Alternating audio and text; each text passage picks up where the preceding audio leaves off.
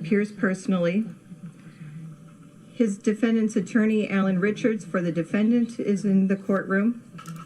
And Anna Runyon, a Class A Spanish language interpreter, is present in the courtroom.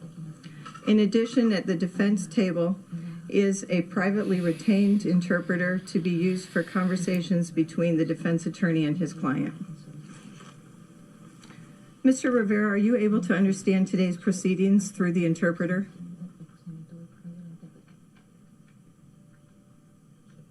Yes.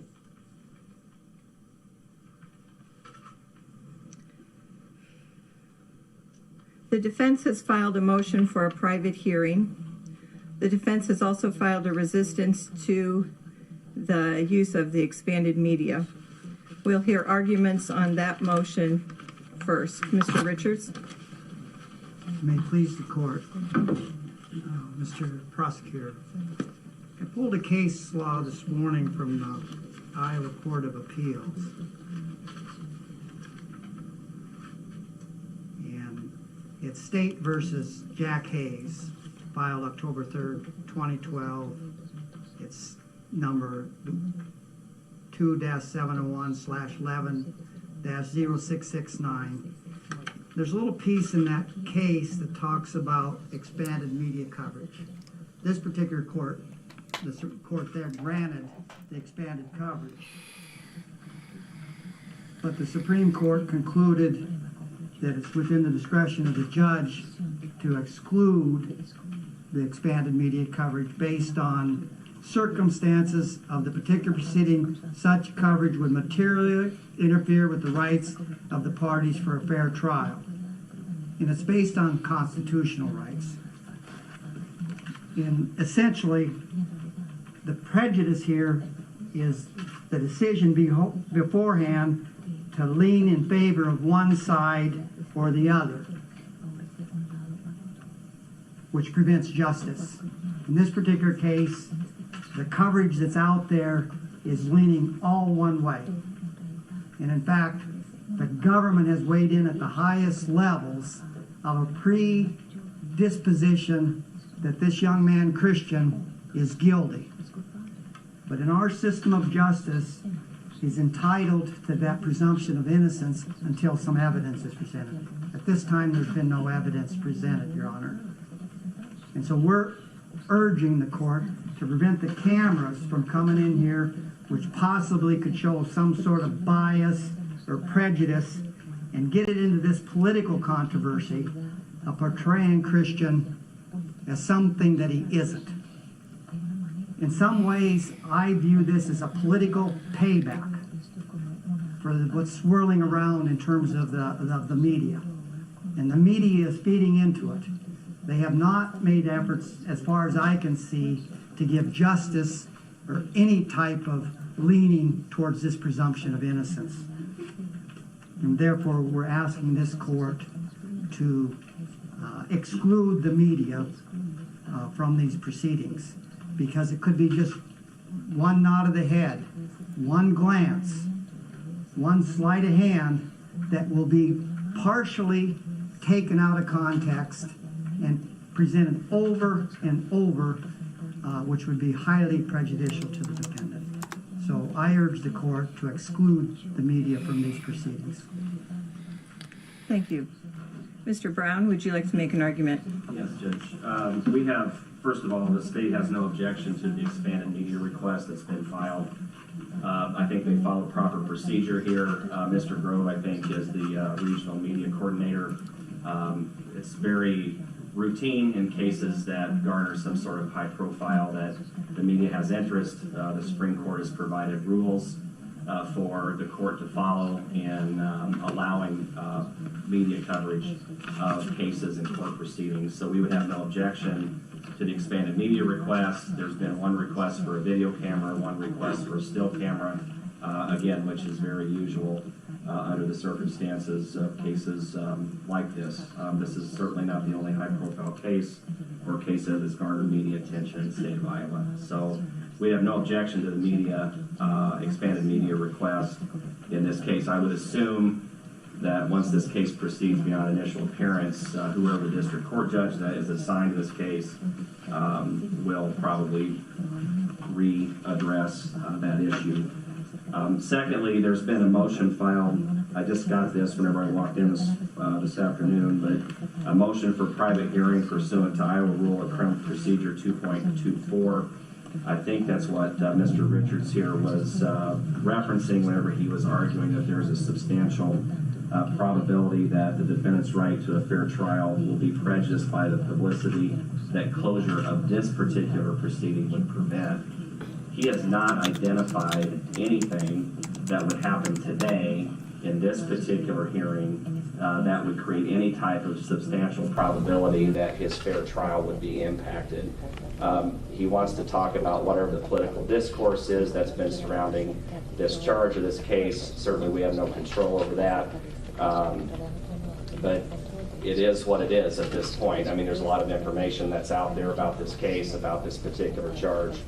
I think all the court is going to do is follow Rule 2.2 in the initial appearance, advising him of his rights, making sure he's got counsel, that he's either retained or appointed, and addressing the issue of a preliminary hearing and whether or not he demands that. I fail to see how any substantial probability of any impact on the defendant's fair trial would be raised in this particular proceeding. So we would ask that the motion for private hearing be denied and that the expanded media request be granted. Thank you. If I may respond, Your Honor.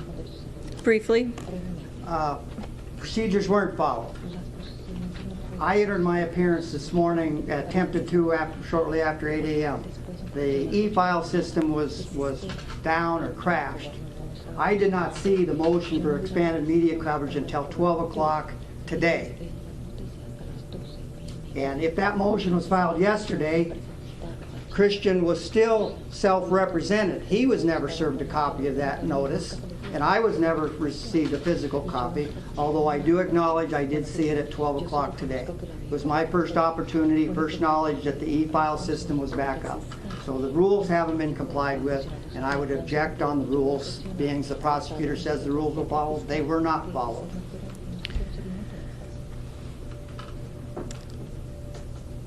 Mr. Richards, I'm aware of the fact that we had technical difficulties this morning with the e-filing system that the Iowa judicial system uses. Because I was aware of that, I made contact with both you and Mr. Brown, notified each of you of the expanded media coverage first thing this morning.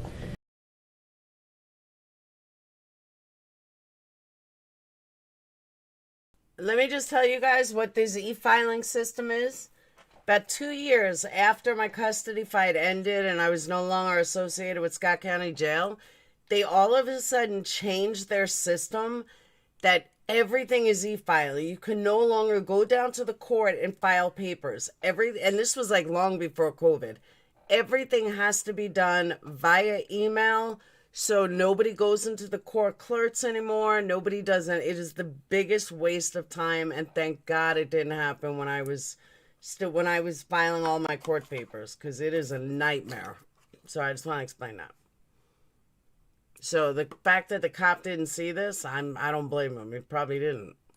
Explained the difficulties we were having in making the paper copies available to you, and said that as soon as you arrived at the courthouse, we would make everything available to you if EDMS was not available at that time.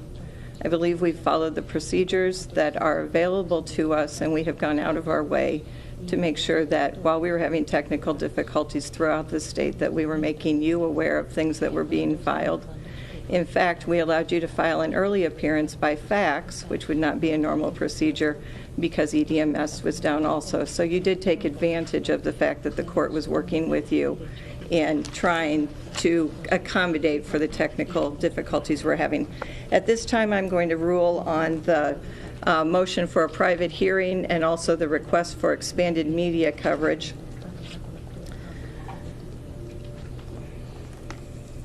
With a reminder to everyone that the defendant will not be asked to make any statements related to facts in this case today, I make the following finding. The defendant's right to a fair trial is not prejudiced by the publicity as related to the initial appearance. Reasonable alternatives have been established, including limiting media coverage to one video camera and one still camera. Today's initial appearance will be held in open court, and the media will be allowed to stay in the courtroom. Mr. Richards, you also filed a motion for a gag order, and in discussions that were held off the record prior to today's hearing, you indicated that you intended for that gag order to be heard by a district court judge. Is that still your intent? I believe that's the proper procedure, Your Honor. Okay. I will file a calendar entry asking the district court to set that for hearing.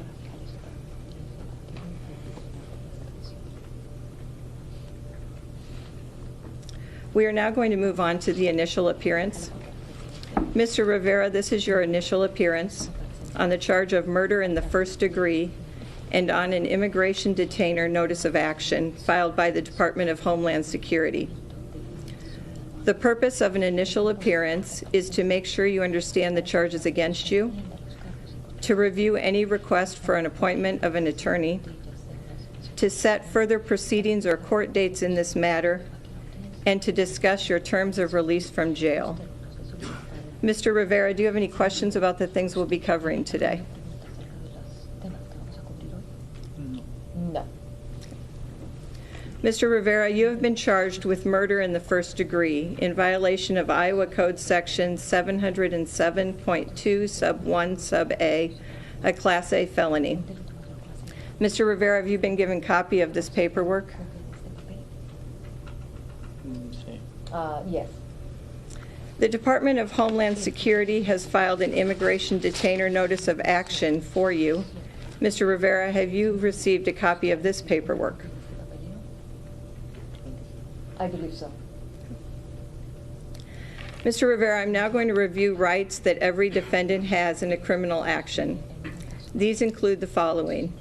You have the right to an attorney. Every defendant has the right to retain legal counsel and shall be allowed reasonable All right, so time and this is opportunity old. to consult an attorney. This was initial appearance. I thought that was new. In the event you are indigent and desire counsel, and if the offense is a serious misdemeanor or greater, an attorney can be appointed to represent you. Mr. Rivera, at this time you are represented by a privately retained attorney, Alan Richards. Do you wish to continue with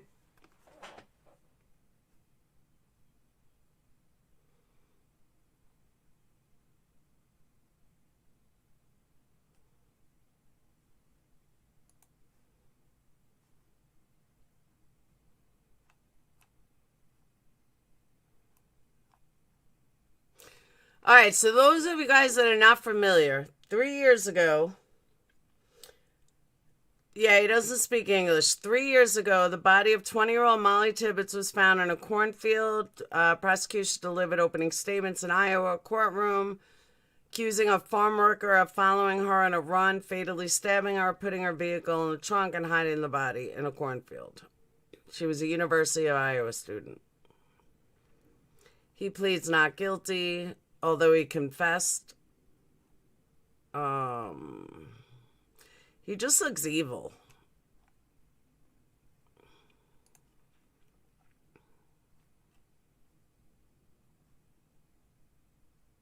A judge just set bail at $5 million for the man accused of killing 20-year-old Mollie Tibbetts as the case becomes a talking point in the immigration debate. Christian Rivera, an undocumented immigrant from Mexico, confessed to abducting the 20-year-old college student last month in Brooklyn, Iowa.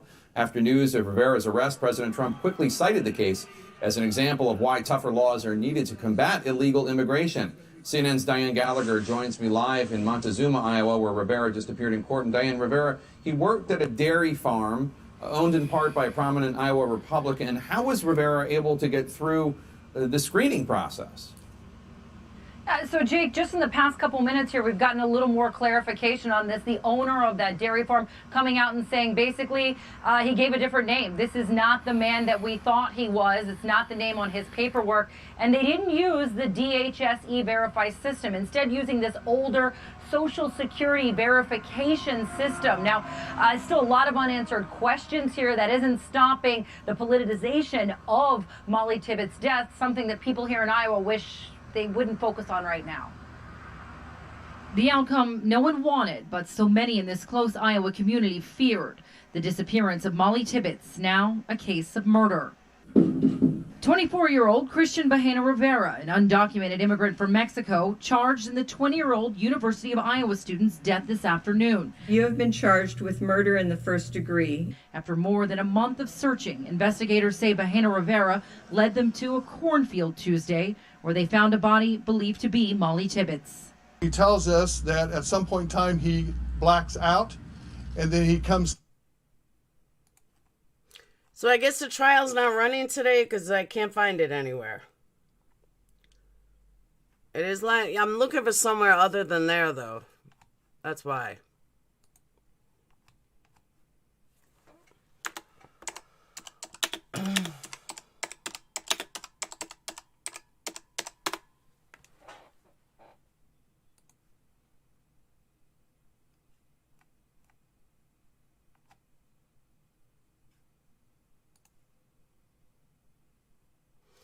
Yeah, there's nothing there.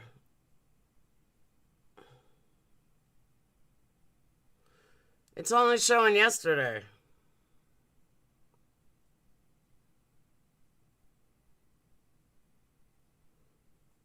Is it not live today?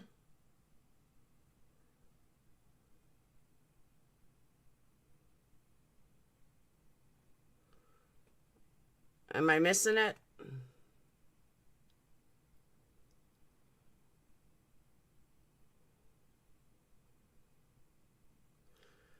Because I was looking for day 2. I can't find day 2 anywhere. Where is day 2?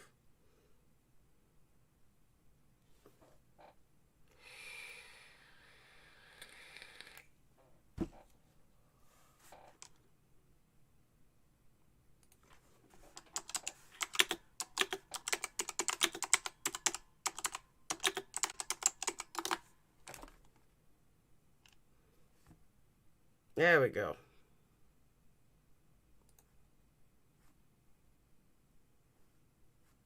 Tasked with locating surveillance cameras within the city of Brooklyn. Yes, I was. What was the purpose of that task? The purpose of the task was to find any surveillance or any camera viewer angle so that we could better establish a timeline for Mollie and her disappearance. Okay. And did that take some time to go through everyone in Brooklyn? Absolutely. All right, even though it's a small town, right? Yes. Still a lot of houses and a lot of outbuildings to check for surveillance cameras, would you agree? I would agree. All right. Were people generally cooperative? Very. All right. And did you and other investigators create a map with tags of the locations that you would have checked, as well as locations that you would have needed to check? There was, within our meeting room, or war room is what we call it, there was a large Google map style. It was just a large, bigger than a poster size, that was up on the wall, which encompassed the city of Brooklyn. And within that, there would be stickers on each residence as to if they've been spoken to, check for cameras, if there needs to be follow-up or it's been completed. I'm going to show you one of those maps, which is State's Exhibit number 9. Do you see that? I do. Is that one of the maps that you're referring to? Yes. All right, and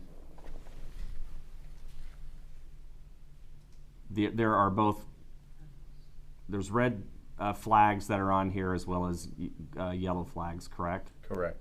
The red flags indicate a place has been checked. Correct. Yellow flags would indicate you still needed to check that. Need follow-up. All right, if you can look closely at that. Yes. Prior to going out to Logan Collins's residence at 616 East Des Moines, there's a yellow flag that is near his house. Is that right? That is correct. So this map would have been utilized by law enforcement? Correct. And what would that indicate to you, looking at it in its present condition? That would need follow-up. All right. And is that one of the things that you did follow up on? Correct.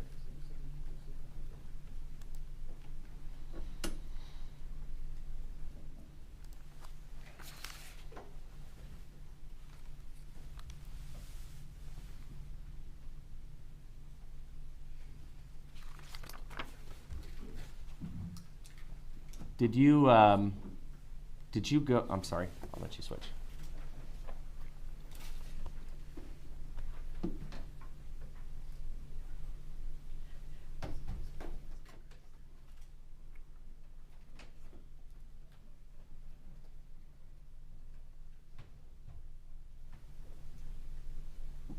Good. All right. Did you and other officers, you indicated that you did follow up with the Logan Collins residence at 616 East Des Moines Street in Brooklyn? Yes, I did. Okay. So how many different occasions, if you know, did law enforcement go to the Logan Collins residence?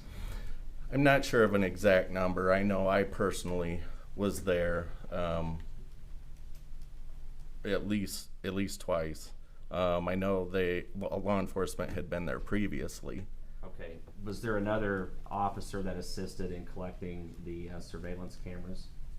Well, on my 2 occasions when I went there, my initial travels to the Collins house, I was with Special Agent Matt George of the DCI. We went to that residence. Logan was not home at that time, so we got a number and left a message.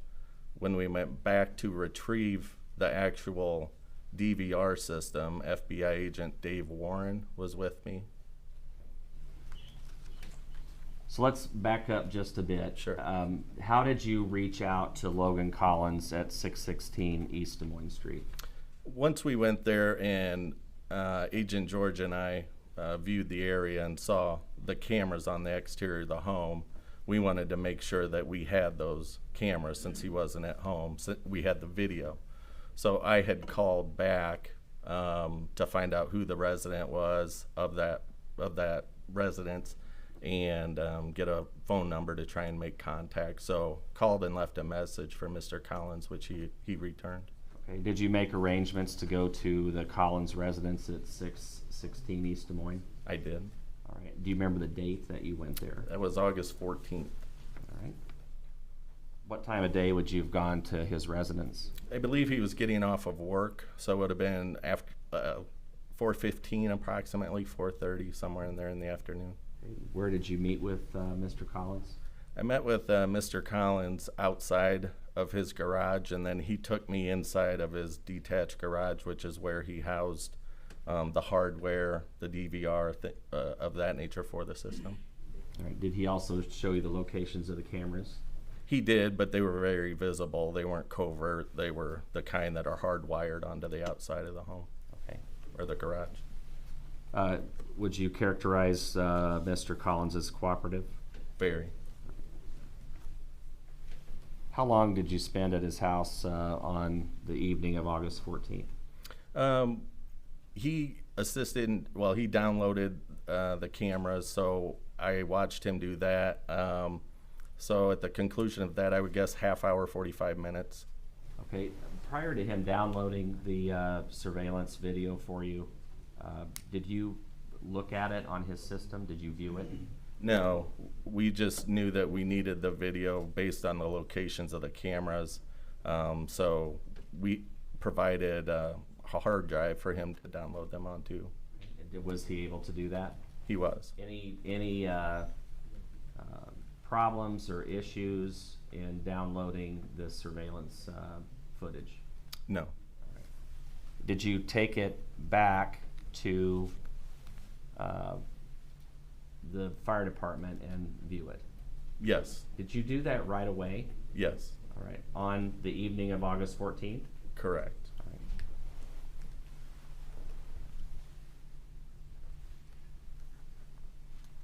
Before we get to the content of the video, Agent Reese, I want to ask you, just backing up a bit, how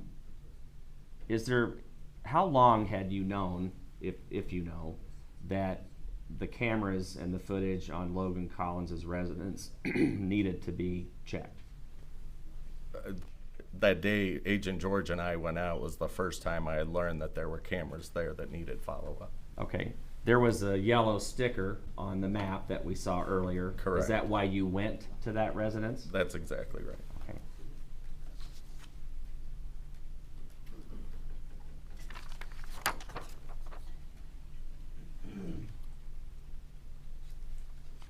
So after collecting the video, then describe for the jury what your process was in reviewing it. When we returned back to the Brooklyn Fire Department, we divided the camera since there was 4 angles. We had different people looking at different angles in hopes to see Mollie Tibbetts jogging once again to help solidify our timeline. And did you know in general what time frame you were looking for a jogger or any other evidence for that matter? Based on the case information at that point, we had people in town who had seen her jogging, but the person who saw her last, according to our timeline, was Christina Stewart at approximately 7:45 p.m. So based on her accounts from where she would have seen Mollie at, we backed that up to account for the time it would take to jog there. So I would say from 7 p.m. to 8 p.m. is the time frame we were looking at.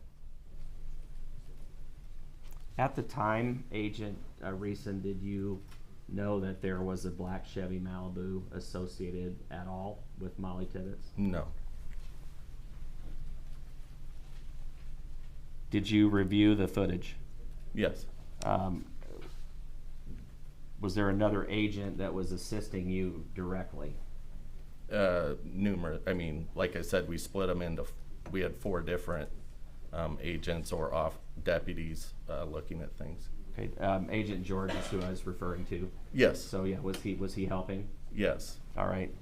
I want you, if you could, at one point tell us or describe, did another agent or Agent George notice what appeared to be a jogger?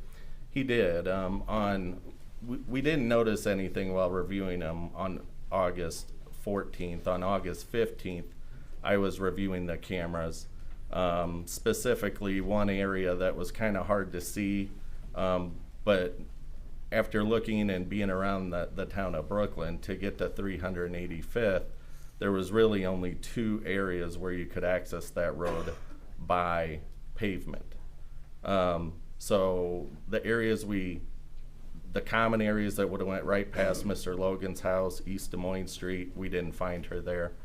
So on the 15th, I spent considerable time looking at the area of boundary and the end of East Des Moines, which is hard to see on the cameras.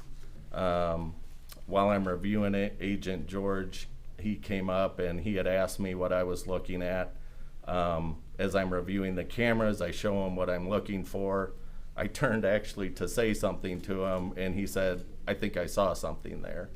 I thought he was kidding at first, but I went back on the cameras, and then sure enough, we saw what looked to be like a jogger going through that frame. It's from a distance, is that right? It is. All right. Now, let's back up just a bit. So you started reviewing the surveillance video on August the 14th, correct? You quit for the evening? Yes. And then came back to it the next day on August the 15th? Correct. Was that also back at the firehouse in Brooklyn? Yes. All right, and that's where this happened with Agent George that you just described to us, is that right? That is correct. All right, and we'll look at that video here in just a moment, but did you go back then and look several times to see if you could notice anything at all that appeared to be a runner? Yes, yes. I looked at it numerous times. I can say it was a runner. Has the appearance of a ponytail, but that was about it to me. Okay. We're going to look at that video.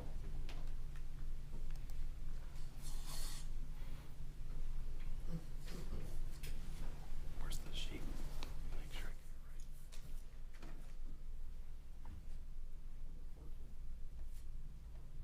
right.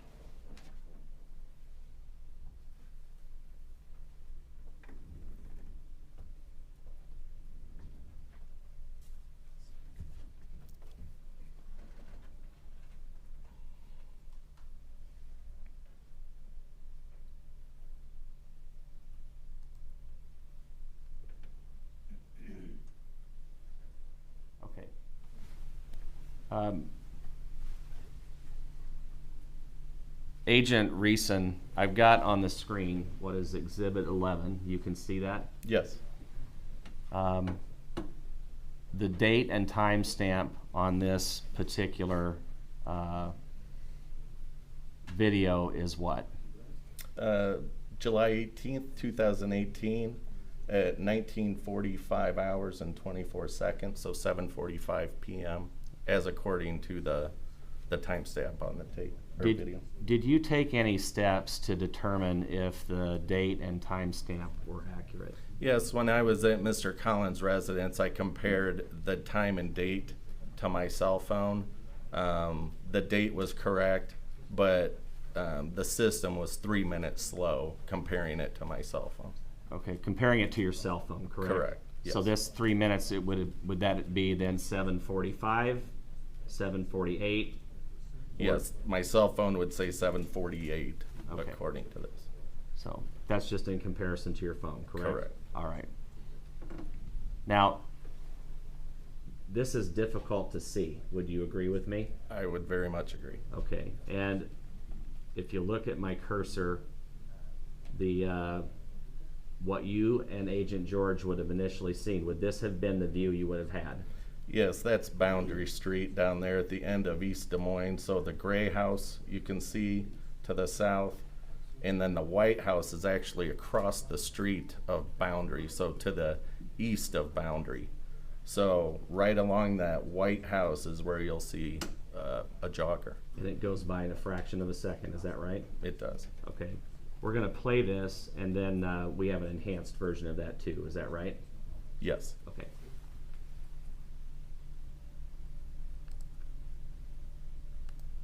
I'm going to play the video at this time.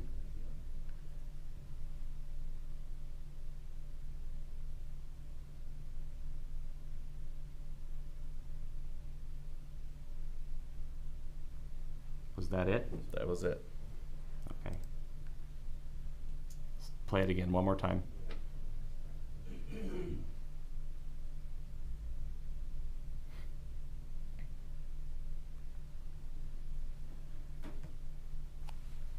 That's what Agent George identified to you, is that correct? That's correct. He said he saw something, and then that's when I brought the video back and then played it forward again. All right. Let's look at State's Exhibit number 12. This is a photo, correct? Yes. The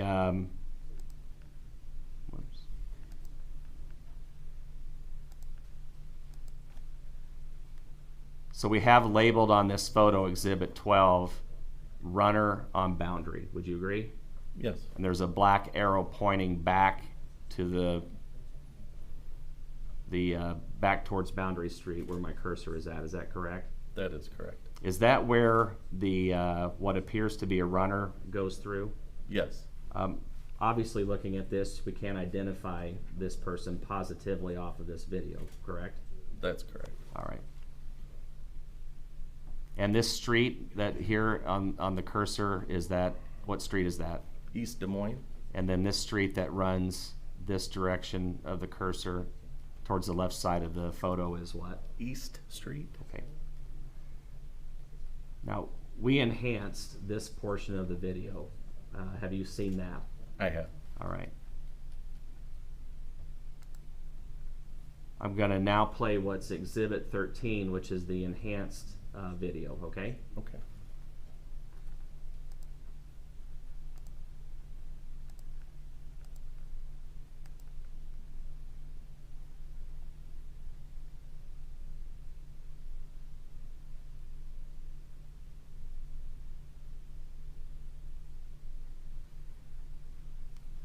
We can see it a little bit clearer there, is that correct? Yes. I'll play it again here in just a moment, but let's be clear.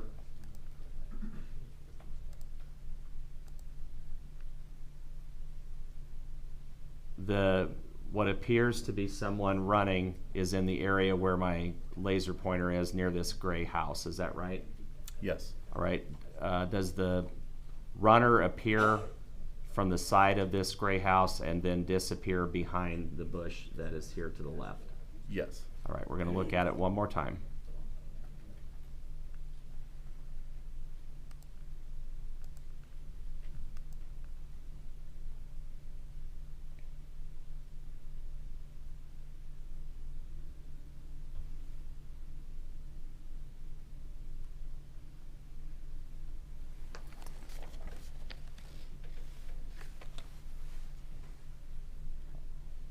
Agent Reeson, based upon yours and other law enforcement's view of what you believe to be a runner, caused you then to do what with the remainder of this video, or this surveillance video that you had seized? Essentially what we decided to do was to start logging everything we saw on the video. Vehicles, any pedestrians, anything in and around that area prior to 7:45 and also following 7:45 p.m. as shown on the time and date stamp. Now, in doing that type of surveillance, generally describe for us did you see multiple other vehicles? Yes. Well, generally describe for us what it was that you observed in that effort in reviewing the video that you just described. While reviewing it, what we did, like I said earlier, once again we took this, and after we had located the runner, we once again parceled it out to different agents and deputies to review, and each created like a written log of just notes on what they had seen. So what was seen was, once again, cars, a person walking their dog, I recall, but most of it was vehicles. All right. And in looking at that vehicle, collectively putting your heads together, did you notice what appeared to be a black Chevy Malibu? We did. Why was it that this particular car, out of all the others that you would have seen, drew yours and other law enforcement agents' attention? The big thing for me was when those 4 individuals who were reviewing tape gave me their logs, I created a spreadsheet just on Excel, and with time and date according to the timestamp. And after the runner went past at 7:45:33, the next 4 entries in that log, once I compiled it, were a black Chevy Malibu. Is that what drew your attention? Yes. All right. And was it significant to you and other law enforcement officers that it was close in time to when you saw the jogger? It was. And tell us why. It was significant just being in the area. So it was just someone we really felt we needed to identify.